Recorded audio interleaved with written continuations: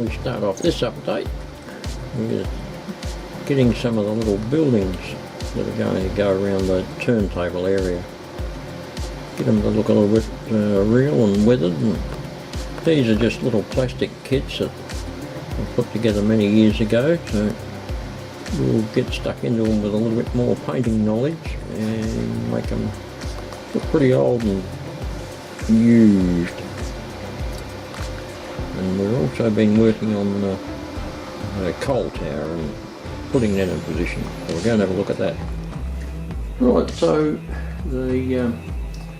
what's been going on here is I've decided to change the track plan a little bit, and about where that the coal tower is, behind that you'll see a little flat car. Well, that little road there used to have a turnout in it for a little siding, and I've taken that out and just replaced it with just straight track, and there's only one turnout there that leads up around to that little line right up near that backboard there, which I've also just been sat in place to print up some backdrop to put in there, and that gives us that division between here and around the other side of the layout that I was talking about last time.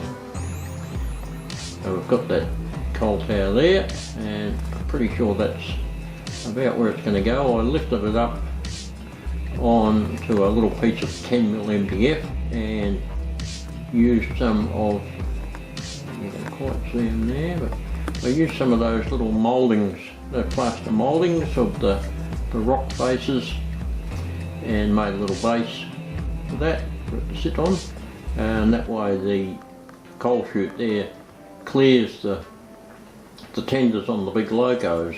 Otherwise it would have been too low and we would have had some collision problems.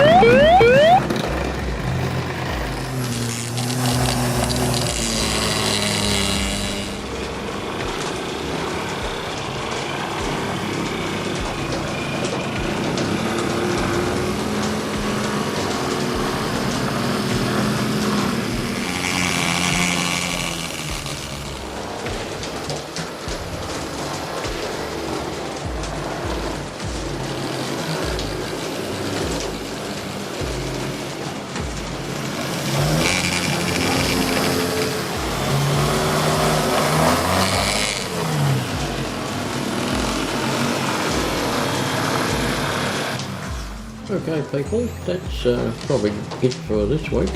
We haven't done quite as much as we hoped, but it's what happens with real life, always gets in the way of the trains. But we'll just keep plodding on as best we can.